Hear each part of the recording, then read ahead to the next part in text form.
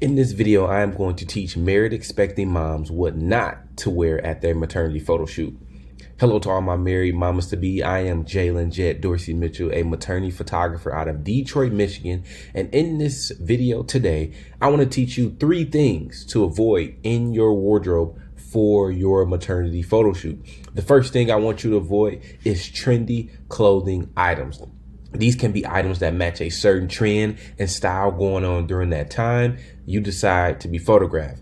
I would suggest staying away from those clothing items because they age your portraits, and as time goes on, your portraits will begin to feel old. Now, the second wardrobe mistake I want you to avoid is wearing hard colors.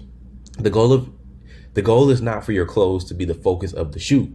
It's for you, your husband, and your bump to be the focus of the shoot. So with that being said, you want to make sure you wear items that are neutral, pastel, or even black and white. These colors allow you to stay the center of attention in your maternity photos and not what you have on take over the whole entire maternity photo shoot. So with that being said, the first thing is don't wear trendy clothing items. The second thing is stay away from hard colors. And the third thing you want to avoid and not wear at your maternity photo shoot is items that have polka dots, stripes, or any irregular shapes that will cause people who view your portraits to be distracted and focus on what doesn't matter.